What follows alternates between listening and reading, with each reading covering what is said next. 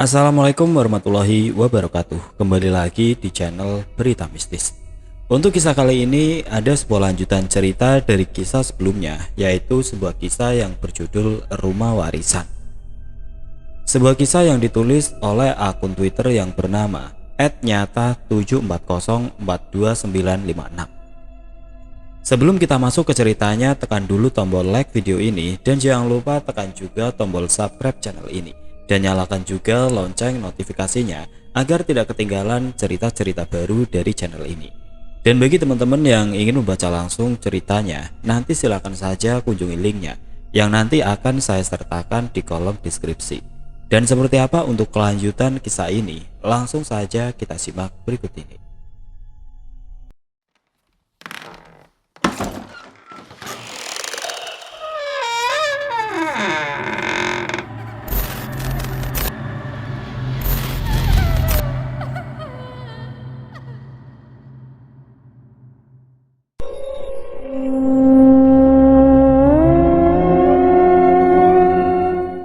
Pagi tiba. Eni dan Alfa bergegas menuju rumah sakit, menggantikan ayahnya yang akan berangkat bekerja. Ingat ya dek, jangan ceritakan apapun, pungkas Eni kembali saat kala mereka masuk ke dalam ruang tempat ibu mereka dirawat. Kakak, abang, udah sampai, sapa Mukti melihat kedua anaknya di pagi itu. Iya ya, bunda bagaimana ya? Jawab Eni sembari menanya balik pada dirinya. Segera sembuh dan pulang ke rumah, kata Mukti tersenyum. Dirinya terpaksa membohongi kedua anaknya agar tidak larut dalam kesedihan, karena sejatinya hanya mukjizat yang bisa menyelamatkan hidup Dewi. Tidak seperti biasa, di mana Mukti biasanya mengajak anaknya untuk sarapan dulu. Pagi itu dirinya hanya meninggalkan beberapa lembar uang untuk mereka membeli sarapan. Mukti pun tampak tergesa meninggalkan mereka di sana. Jaga bunda ya, pesannya sebelum beranjak pergi. Hari itu Mukti bergegas menuju satu daerah. Dia hendak menjumpai seorang wanita tua, kakak dari almarhum kakeknya. 3 jam waktu tempuh sebelum dirinya sampai di mana tempat Mbah Buyut berada. Sesampainya di sana, dirinya disambut oleh seorang pria yang usianya sedikit lebih muda dari dirinya. Pria itu bernama Kasim, adik tiri dari Mukti. Jadi sedikit kisah. Almarhum ayah Mukti memiliki 2 istri. Istri pertama merupakan ibu dari Mukti yang dikaruniai 4 orang anak. Sementara untuk istri keduanya memiliki seorang anak yaitu Kasim. Notabene Kasim ini hanya dianggap oleh Mukti. Malah Mukti pun sering membantu dirinya dari segi ekonomi. Berbeda dengan 2 saudara lainnya yang sama sekali tidak mau menganggap keberadaan Kasim. Mas Mukti, apa kabar? Ucap Kasim yang segera menghampiri dirinya. Iya dek, mas lagi ada perlu sama mbah, jawab Mukti tanpa berbasa-basi. Mereka berdua langsung masuk ke dalam rumah. Setibanya di hadapan Mbak Utut itu, Mukti langsung bersujud memegang kaki beliau. Tolong cucumu mbah, kata Mukti berlinang air mata. Kasim terheran, begitu juga istrinya yang saat itu datang bergabung dengan membawa teh dan gorengan. Mas Mukti kenapa? Tanyanya pada Kasim. Kasim terdiam, riak wajahnya mengkerut, menandakan dirinya pun tidak mengetahui apa yang terjadi. Dirinya memoncongkan bibir, menandakan agar tidak ada pertanyaan lagi dari istrinya. Tampak Mbah melambaikan tangan, meminta Mukti untuk lebih mendekat padanya. Kemudian beliau mulai berbicara. Kasim dan istrinya tidak tahu apa yang mereka bicarakan. Karena memang selain suara Mbah sudah mengecil efek dari usia, Mbah kala itu pun berbicara secara berbisik di telinga Mukti. Sesekali Mukti mengucap kata "Njimbah" seraya menganggukkan kepalanya, seakan mengerti atau mungkin menyanggupi sesuatu yang disampaikan padanya. Kurang lebih 15 menitan pembicaraan di antara keduanya berlangsung, dan seperti awal kedatangan, di akhir pertemuan itu pun dirinya kembali berpamitan pulang dengan tergesa. Beberapa lembar uang 50 ribuan dia titipkan kepada Kasim, adik tirinya. Rawat mbah baik-baik ya, pinta Mukti sebelum berlalu meninggalkan tempat itu. Saat itu sudah jam 3 sore, jauh meleset dari perkiraan awal, di mana dia berharap di jam 5 nanti sudah tiba kembali di rumah sakit. Keadaan hari itu cukup bersahaja. Langit biru dengan pancaran matahari menghiasi perjalanannya. Hingga tidak terasa sudah 2 jam dia memacu kuda roda 4 miliknya. Sebentar lagi sudah masuk lintas kota, pikir Mukti kala itu. Namun menjelang dia melewati batas jalur lintas itu, brak! Hantaman cukup keras menghajar kaca mobilnya. Cipratan merah seketika menutupi pandangan Mukti. Dirinya kaget dan sontak menginjak rem mendadak. Wajahnya seketika pucat dengan jantung berdebar hebat. Ditepikannya kendaraan, lalu dia turun guna memastikan apa yang ditabrak oleh dirinya tadi. Matanya sayu menatap sekitar. Sebelum satu pemandangan membuat dia tersentak. Dirinya melihat seekor anjing hitam terkapar sekarat di tengah jalan. Dipandanginya binatang itu sebelum matanya kembali menilik keadaan sekitar dengan seksama. Hamparan pepohonan dengan jalur datar tanpa ada rumah penduduk di sana. Bulu kuduk Mukti seketika berdiri. Firasatnya seakan merasakan hal buruk. Bukan hanya karena sekedar dia menabrak seekor anjing, tapi bagaimana bisa seekor anjing itu terbang dan menghajar kaca mobilnya di arah atas. Seakan ada yang sengaja melemparkan binatang tersebut. Namun kembali bukan pula itu yang membuat dia sangat ketakutan sore itu, sampai membuat dia tidak dapat menggerakkan kedua kakinya. "Hush, hush," ucap Mukti terbantah, mencoba mengusir anjing hitam yang tadi sekarat. Binatang itu kembali berdiri dengan berlumur darah dan beberapa luka menganga. Namun tidak ada terkesan anjing itu seperti kesakitan. Malah dia terlihat sangat beringas dan seakan menunggu waktu untuk menyerang Mukti. Anjing itu menyeringai dengan kerasnya, sembari menunjukkan taring yang sedari tadi meneteskan liur kemerahan. Belum juga Mukti bersiap, binatang tersebut sudah berlari mengejar dirinya. Mukti terjatuh. "Ah!" teriak ringis kesakitan dari mulut Mukti. Anjing tersebut menggigit bagian bahu Mukti. Mukti langsung mencengkeram erat leher anjing tersebut agar daging di bahunya tidak sampai tercabik. Sekuat tenaga dirinya mencekik. Bahkan jari Mukti menusuk mata binatang itu sampai terlepas. Namun bukannya membuat gigitan binatang itu terlepas, malah anjing tersebut semakin kuat mencapik bahu Mukti.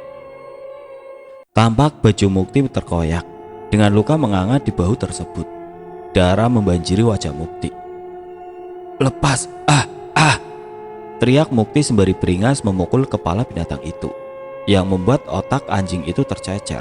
Dan anehnya, hal itu juga tidak membuat hewan itu melepas gigitannya. Prak! Satu pukulan keras menggunakan kayu tepat mengarah ke arah perut anjing tersebut. Hantaman tersebut sekaligus melepaskan Mukti dari gigitan itu. Anjing itu lari dan menghilang begitu saja. Tinggallah Mukti yang masih meringis kesakitan dengan luka yang cukup dalam di bagian bahunya, serta seorang wanita yang menggenggam sebatang bambu kuning berukuran kecil yang berdiri membelakangi dirinya. "Terima kasih, Mbak," ucap dirinya terbatah. Wanita itu membalikkan badan, menampakkan wajahnya ke arah Mukti. Kembali Mukti tersentak. Kepala langsung terasa nyeri. Sayang," katanya tidak mempercayai orang tersebut merupakan Dewi istrinya. Wajah Dewi tampak pucat. Dewi memandangi ke arah Mukti dengan ekspresi datar dan tiba sosok Dewi. "Mbak, ayahku belum pulang," gerutu Alfa kepada kakaknya. Dahi Eni mengkerut, bingung harus menjawab apa. Diliriknya jam, ada rasa was-was dalam hatinya. "Sudah jam 11 tapi ayah belum juga kembali." Begitulah hatinya bertanya, sama dengan apa yang ditanyakan oleh adiknya. "Mungkin papa kerja dulu, Dek, sabar ya, hari ini kita yang rawat bunda," ucapnya coba menenangkan suasana. Mereka tidak mengetahui bahwa ayah mereka saat ini juga sedang dirawat di rumah sakit akibat tragedi mengerikan yang tadi terjadi. Hanya saja beberapa orang yang saat itu menyaksikan apa yang terjadi dan orang yang juga mengantarkan Mukti ke rumah sakit merasa ngeri dan sebenarnya enggan untuk membantu Mukti. Siang itu, Mukti sejatinya tidak sendiri melintasi jalur tersebut. Sebenarnya ada beberapa pengendara lain yang ada di sana. Tapi entah kenapa Mukti tidak dapat melihat keberadaan mereka. Dan kejadian horor yang menimpa Mukti tidak pula dilihat oleh para pengemudi yang saat itu melintas di sana. Di hadapan mereka hanya tersaji pemandangan seseorang yang mungkin gila, yang sedang meronta dan mencabik dirinya sendiri di tengah jalan. Singkat kisah, 2 hari lamanya Mukti tidak sadarkan diri.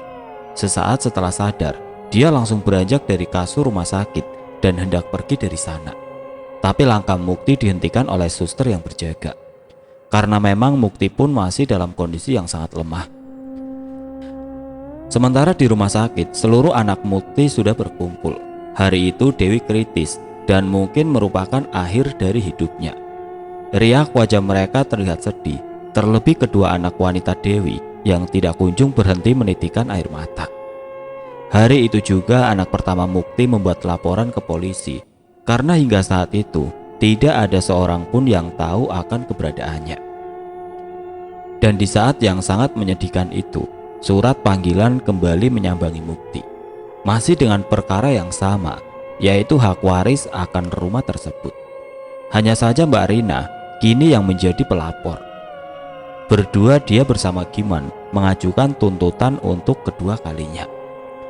Sore menjelang malam, keadaan kian rumit bagi keluarga Dewi. Mukti tidak jua didapati kabarnya, sementara Dewi sedang dalam keadaan kritis. Riuh kesedihan semakin kencang menggema di lorong rumah sakit, membuat beberapa orang pria yang kala itu berada di sana menemani istrinya yang sakit merasa keheranan dan mungkin sedikit terganggu dengan keberadaan mereka. Pria itu keluar dari kamar yang dinaunginya melihat apa yang sebenarnya terjadi. Dia berpura-pura berjalan menyamperi keberadaan mereka, sembari sesekali mencuri pandang akan sosok yang terkapar sakit di atas ranjang yang mereka tangisi. "Mbak Dewi," ucapnya sembari menatap dengan mata melotot. Dia tidak sedikit shock melihat mantan iparnya dan beberapa orang yang menangis di sana adalah keponakan dirinya. Sosok pria itu bernama Rizal Mawanto, mantan suami dari adik bungsu Mukti yang telah tiada. Dulu sosok Rizal sangat akrab dengan Mukti, karena si bungsu memang sangat dekat dan manja kepada dirinya. Terlebih kala ayah mereka sudah berpulang, Muktilah yang menyekolahkan almarhum istrinya dulu, bahkan menjadi wali pernikahan mereka. Namun pasca istrinya meninggal, Rizal yang berprofesi sebagai TNI juga mendapatkan perpindahan dinas. Dan beberapa tahun kemudian, dia memutuskan untuk menikah kembali. Semenjak kala itu pula, dirinya lost kontak dengan keluarga almarhum dari istri terdahulu. Rizal sendiri hanya pernah bertemu dengan Bindra dan Nikta, anak pertama dan kedua Mukti. Itu pun sudah sangat lama, kala keduanya masih di bawah usia 9 tahun. Dan kini sudah berpuluh tahun berlalu yang membuat dia tidak mengenali wajah mereka kala itu. Selain itu, Rizal juga tidak ingin terlalu banyak bertanya, karena memang kondisi yang tidak memungkinkan. Selain dia juga harus merawat istrinya. Tidak adanya Mukti dan Bindra sudah pasti membuat dirinya canggung. Tak lama dia di sana, setelah memberikan doa dan tutur sapa kepada keponakannya itu, dia kembali masuk ke dalam ruang tempat di mana istrinya dirawat. Kala itu dirinya tidak memperkenalkan diri, yang membuat tidak ada seorang pun dari anak Mukti yang ingat padanya. Bahkan Nikta pun tidak lagi mengenali wajah pamannya tersebut. Rizal duduk di sofa ruangan. Dilihatnya istrinya masih tidur dengan pulas di ranjang rawat. Dia tersenyum, sedikit bernostalgia mengingat kala dulu dirinya menemani hari terakhir almarhum sang istri. Hatinya kembali gundah. Dia merasa bersalah karena sudah lama tidak bersilaturahmi ke sanak saudara almarhum istrinya. "Apa kabarmu, Mas Mukti?" tanyanya sendiri, sembari beranjak kembali keluar menuju ke tempat Dewi dirawat. "Tok tok, permisi," ucap Rizal sembari membuka perlahan pintu itu. "Iya, masuk Pak," jawab Nikta mempersilahkan dirinya masuk. Berbeda dengan pertama kali tadi dia masuk, kali ini dia langsung memperkenalkan diri. "Nikta ya, masih ingat dengan Om gak?" katanya yang membuat kelima anak Mukti yang pada saat itu ada di sana langsung menoleh ke arah Rizal. Nikta terdiam, dia sudah tidak lagi mengingat sosok Rizal. "Ini Om, suaminya tantemu," jawabnya yang langsung mengingatkan Nikta. Singkat kisah, banyak informasi yang didapat oleh Rizal dari keponakannya tersebut. Bahkan dari mulut Nikna juga, Rizal mengetahui masalah besar yang terjadi di keluarga Mukti. Namun Rizal hanya memposisikan dirinya sebagai pendengar saja. Rizal juga sempat kaget kala mengetahui bahwa Mukti sudah 2 hari ini belum kembali. Lama dia berbincang, malah Bindra pun yang tadi pergi guna mencari ayahnya juga telah kembali dan bertemu dengan omnya tersebut, dan membuat waktu berputar dengan cepat. Hingga satu panggilan dari suster yang tiba-tiba masuk ke dalam ruangan itu memaksa Rizal harus kembali ke ruang istrinya dirawat. Namun dari pertemuan itu juga yang mungkin membawa penyelesaian pada masalah kesehatan Dewi. Keesokan harinya sekitar jam 1 siang, Rizal kembali menjenguk Dewi. Dirinya membawakan buah dan makanan yang cukup banyak karena memang dia berniat untuk membagikan kepada keponakannya kala itu. Tapi yang menarik ialah dia tidak datang sendiri. Ada seorang pria lain yang diajak olehnya. "Maaf, Om tidak bermaksud lancang. Tapi kalau memang benar apa yang kalian ceritakan, mungkin teman Om bisa membantu," ucapnya sembari memperkenalkan sosok yang ikut bersama dirinya. Pria itu bernama Ismail, salah satu anggota TNI yang memiliki ilmu kebatinan. Dia merupakan bawahan dari Rizal. Rizal sengaja menyuruh dia untuk datang ke rumah sakit tersebut untuk mengecek perihal masalah gaib.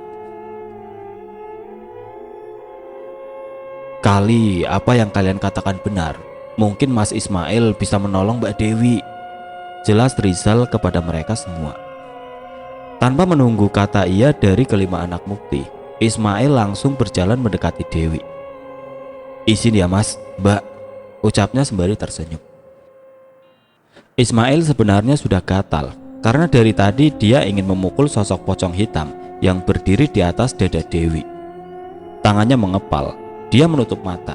Terlihat bibirnya seperti menuturkan ayat atau mantra. Tidak lama berselang, Ismail membuka matanya. Tangannya melayang tepat di atas tubuh Dewi seperti hendak memukul sesuatu. Dan kala tangannya itu berayun, terdengar suara hentakan nafas Dewi yang terdengar seperti seseorang yang sedang kaget. Sosok pocong hitam itu sudah menghilang dari hadapan Ismail. Namun Dewi tidak serta-merta sadar dari komanya. Ismail mundur ke belakang. Dirinya mendekat ke Rizal. Ismail membisikkan sesuatu kepada Rizal yang seketika juga membuat teriak wajah dirinya berubah.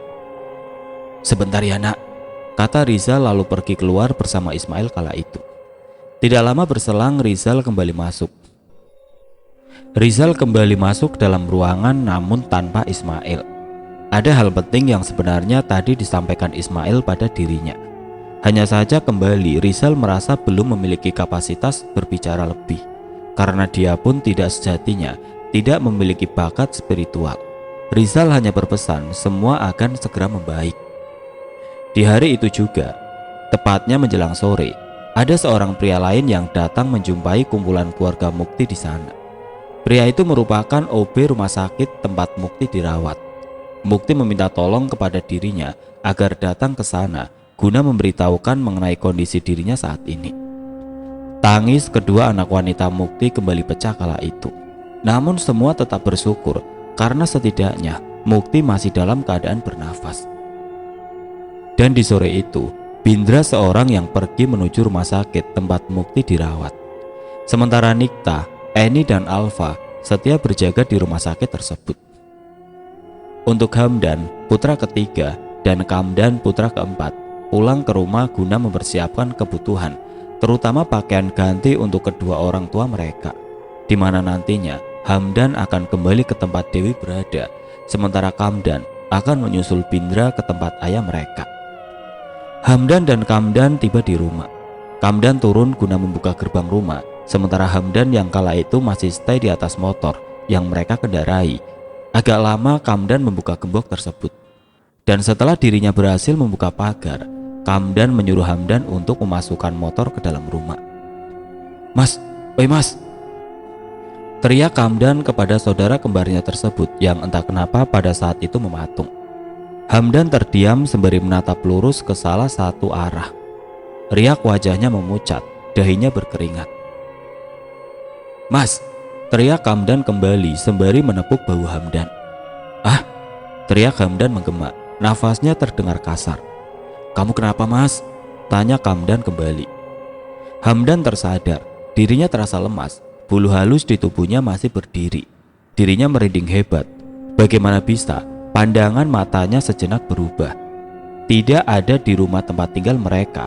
Saat itu Hamdan melihat rumah itu berubah menjadi area pekuburan. Dan yang membuat dia semakin ketakutan, di tengah-tengah kuburan tersebut berdiri sosok Mbah beserta dua orang tua mereka.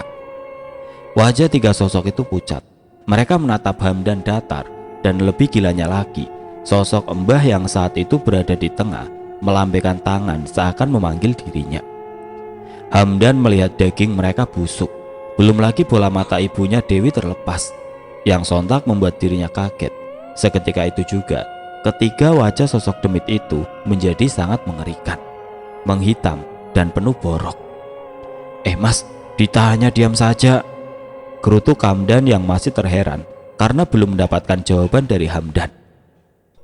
"Enggak, ayo buruan, biar kita cepat balik ke rumah sakit," jawab Hamdan yang enggan menceritakan kejadian mistis yang baru terjadi. Hamdan dan Kamdan akhirnya masuk ke dalam rumah. Kamdan langsung memilah kebutuhan untuk kedua orang tuanya tersebut. Namun beda halnya dengan Hamdan. Dia hanya mengekor saudara kembarnya tersebut, yang membuat Kamdan sedikit jengkel kepadanya. "Mas, kenapa sih?" gerutunya memasang wajah kesal. "Kamu nggak dengar, Dan?" tanyanya menjawab pertanyaan Kamdan tersebut. "Dengar apa? Udah deh, jangan mengada-ngada," kembali ucapan ketus terlontar dari mulut Kamdan. Mendengar jawaban itu, Hamdan tidak lagi mau melanjutkan pembicaraan. Dirinya malah memasang wajah datar dan menyuruh Kamdan saja yang berkemas, yang membuat Kamdan semakin kesal padanya. Hamdan masih mencoba melawan rasa takutnya, karena sedari mereka masuk ke kamar kedua orang tuanya, dia mendengar suara parau yang sedari tadi memanggil namanya. Suara itu terus menggema di telinga Hamdan. Dan sialnya, Hamdan tidak mendengarnya sama sekali. Kamdan masih khusyuk memilah baju untuk beberapa hari ke depan. Sementara Hamdan yang berjarak hanya beberapa langkah dari adik kembarnya itu hanya mematung. Memandang arah pintu, dirinya ingin sekali untuk beranjak melihat siapa yang memanggilnya. Dia meyakini sosok itu berdiri di samping pintu kamar tersebut. Dan benar saja, mata Hamdan terbelalak. Dia berteriak kencang ketika seuntai tangan keriput terlihat merayap di sisi kusen pintu itu. Kam, lihat," ucapnya terbata. Namun tidak ada balasan dari Kamdan. Sekalipun Hamdan sudah keras berbicara, Hamdan menoleh ke arah Kamdan berada. Sama seperti dirinya, Kamdan pun ternyata sudah mematung dengan kaki yang gemetar. Terlihat rambut panjang menjuntai dari atas kepala dan menutupi wajah Kamdan. Hamdan menoleh ke sumber rambut itu. Didapatinya sosok almarhum mbah mereka berdiri dengan kaki menapak ke langit-langit kamar. Sosok mbah tersenyum tipis yang membuat gigi hitam busuk tampak dari dalam mulutnya. Dirinya menyeringai, semakin membuat wajah Hamdan memucat. "Kembalikan rumahku," ucap sosok menyerupai mbah berkata ketus kepada mereka. Hamdan segera menarik tangan Kamdan. Berdua mereka lari menuju luar rumah.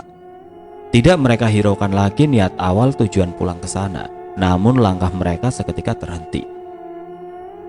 Kala pintu depan rumah telah dihadang oleh sosok pocong berwajah hitam pekat seperti gosong, dengan tinggi mungkin sampai 3 meter. Mereka terpojok. Langkah mereka berjalan mundur, menepi di sudut ruang tamu. Hampir dari segala sisi, makhluk astral itu berdatangan. "Pergi kalian, laknat!" teriak keduanya sembari melempar benda yang ada di sekitar. Kursi, vas bunga, berterbangan menerjang sosok tersebut.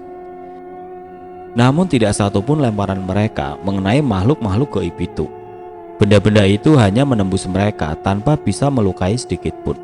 Hamdan dan Kamdan pasrah melihat makhluk-makhluk laknat itu semakin mendekat.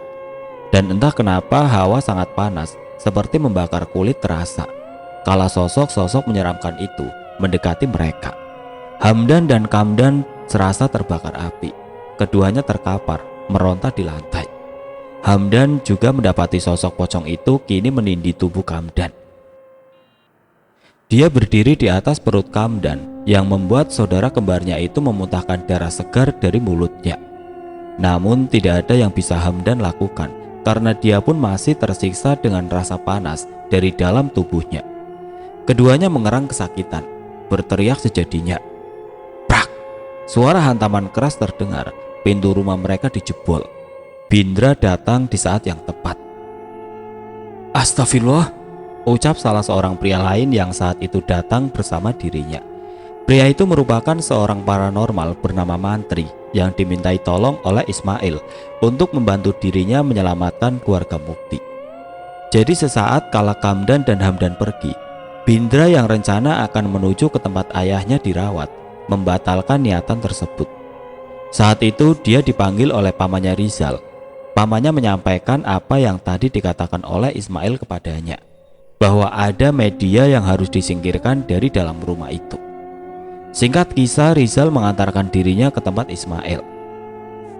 Dan di sana mereka langsung menyambangi rumah Pak Manti, orang yang direkomendasikan oleh Ismail untuk melakukan pembersihan. Awalnya Ismail berencana untuk melakukan hal itu di esok hari. Namun mendengar bahwa ada orang yang hari ini pergi ke rumah tersebut, membuat mereka harus bergerak cepat. Karena salah bertindak dengan media kiriman tersebut, maka nyawa akan melayang. Untungnya mereka masih memiliki sedikit waktu. Sekalipun bingkisan hitam berisikan tanah kuburan dan gumpalan rambut yang tadi diketemukan Kamdan telah dibuka, dan Kamdan juga telah memegang serta membaca secari kelipatan kertas yang merupakan inti dari santet tersebut. Santet itu sebenarnya tidak pada tingkatan yang tinggi, namun apa boleh dibuat, karena Kamdan sudah membukanya, terpaksa Pak Manti mengembalikan kiriman itu kepada si empunya. Awalnya mereka tidak ingin membalas dan hanya ingin menetralisir santet tersebut. Namun kini hal itu sudah tidak mungkin dapat dilakukan. Beberapa bacaan mantra yang dilakukannya berhasil mengusir demit tersebut. Hamdan membaik, namun Kamdan terlihat lemas. Wajar mengingat banyak darah yang keluar dari tubuhnya. Tanpa berbasa-basi, mereka menuju ke dalam kamar. Bungkusan itu masih ada di sana. Pak Manti meraih kantung hitam tersebut. Kembali dia membacakan beberapa mantra. Tampak asap menggumpal, seolah kantung hitam itu terbakar. Usai melakukan hal itu, dirinya menatap Bindra. Bakar segera, perintahnya dengan suara tegas. Bindra meraih bungkusan tersebut dan membawanya ke halaman depan. Segera dia mengambil beberapa ranting kering dan kertas pula. Namun kala dia ingin membakar bungkusan itu, tepat di hadapan Bindra, ibunya Dewi berdiri dengan pakaian putih lusuh. Jangan nak, katanya dengan suara parau. Bindra terhenti, apalagi melihat wajah ibunya tersebut sangat memelas. Dus, bajingan. Sosok Dewi seketika berubah menjadi pocong berwajah kosong. Bakar, dia itu setan, teriak Ismail yang datang dan langsung mengatasi sosok demit yang berusaha mempengaruhi Bindra. Mendengar perkataan itu, Bindra kembali tersadar. Secepatnya dia menyalakan api dari ranting dan kertas yang tadi dibawanya. Api membakar cepat dan Bindra langsung melemparkan bungkusan hitam itu. Seketika benda itu dilempar ke dalam api. Suara menyeringnya kesakitan terdengar keras menggema di langit. Dan saat itu pula, dengan ajaib, Dewi kembali membuka matanya. Dia tersadar dari masa komanya. Singkat kisah, hal mistis itu usai. Namun banyak pertanyaan mengganjal di hati keluarga Mukti. Sudah pasti mereka menuduh Kimanla sebagai pengirim santet tersebut dan Mbah Mauri pengeksekusi hal tersebut. Namun Pak Manti enggan untuk mengatakan secara gamblang siapa pengirim sebenarnya. Dia hanya memberikan penjelasan bahwasanya dalam beberapa bulan ke depan si pengirim akan mati. Singkat kisah, Dewi kembali ke rumahnya. Hanya saja penyakit jantungnya tidak serta-merta sirna. Sekalipun santet itu sudah dimusnahkan, hal itu terjadi karena pembersihan santet tersebut sudah telat dalam penanganan. Dan tubuh Dewi sudah digerogoti. Dengan kata lain, akibat hal itu, dirinya terkena penyakit medis. 2 bulan berlalu, Dewi berangsur pulih. Begitu juga dengan tatanan kehidupan keluarga Mukti. Mukti juga sudah berencana mengakhiri semua pertikaian. Dia akan kembali ke rumah miliknya dan berniat menjual rumah warisan tersebut. Namun sebelum rumah itu laku dan dia membagikan kepada kakaknya Rina dan adiknya Giman, kabar duka merendung di telinga mereka. Pagi itu, tepatnya 3 bulan pasca usai terjadi teror, Mukti dan keluarga mendapat kabar duka di mana kakaknya Rina berpulang. Entahlah apa hal itu menjawab segala pertanyaan siapa biang keladi kisah kelam tersebut. Namun bila mereka menilik kembali, memang Mbak Rina yang memiliki kans untuk masuk dan meletakkan benda itu. Karena dia lama menetap di sana dan juga memiliki kunci duplikat yang dulu dibuatkan Mukti untuknya. Dan bila benar Mbak Rina lah pelakunya, maka si pengeksekusi kiriman tersebut tidak lain adalah Mbak Buyut mereka sendiri. Begitulah pikiran buruk kembali merasuki Mukti. Ada beberapa hal yang membuat Mukti dapat berkata demikian. Namun kembali lagi, seperti awal keinginan Mukti untuk hidup dengan damai. Dirinya enggan untuk membahas dan menceritakan lebih lanjut tentang apa yang terjadi pada dirinya kala itu. Dan kenapa dia bisa menyimpulkan hal tersebut. Dan selang 8 bulan dari kejadian, rumah tersebut akhirnya laku terjual sesuai dengan janji awal. Mukti membagi hasil penjualan rumah itu kepada Giman dan ahli waris Mbak Rina, yaitu anak sematawayangnya Linda. Usai semua segala pertengkaran di keluarga tersebut dan cerita pun tamat.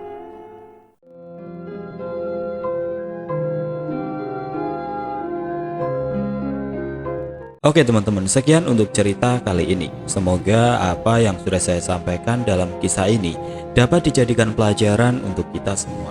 Dan bagi teman-teman yang baru bergabung, jangan lupa untuk like, komen, share, serta subscribe channel ini.